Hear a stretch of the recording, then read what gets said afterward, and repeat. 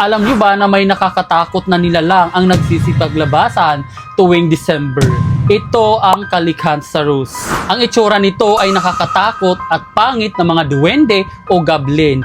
Minsan ay nagaan yung parang kambing ang kanilang mga paa at tainga. Maitim din ang kanilang balat at magulo ang kanilang mga buhok. Lumalabas sila mula sa ilalim ng lupa tuwing 12 days of Christmas, December 25 hanggang January 6. Para manggulo at sinisira din nila ang mga gamit sa bahay at umiihi din sa mga pagkain o sinusubukan na putulin ang World Tree.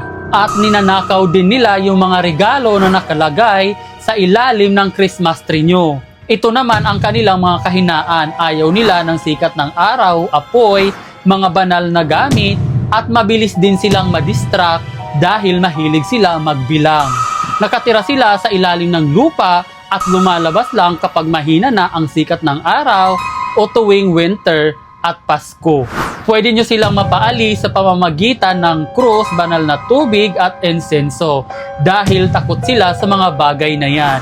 O di kaya ay linlangin. Maglagay lamang kayo ng kulander o tali sa harapan ng bahay ninyo dahil mapipilitan sila na bilangin ang mga butas o buhol. Kung gusto nyo naman na tuluyan na umalis sila sa bahay ninyo, ay magsunog lamang kayo ng asin at lumang sapatos sa pugon dahil ayaw nila yung amoy na yun. Kahinaan din nila ang tunog ng kampana ng simbahan o mga kantang pamasko. Sa pamamagitan nito, sila ay maitataboy. Siguro sila rin ang salarin kung bakit nawawala ang ibang mga gamit sa bahay dahil kinukuha nila ito.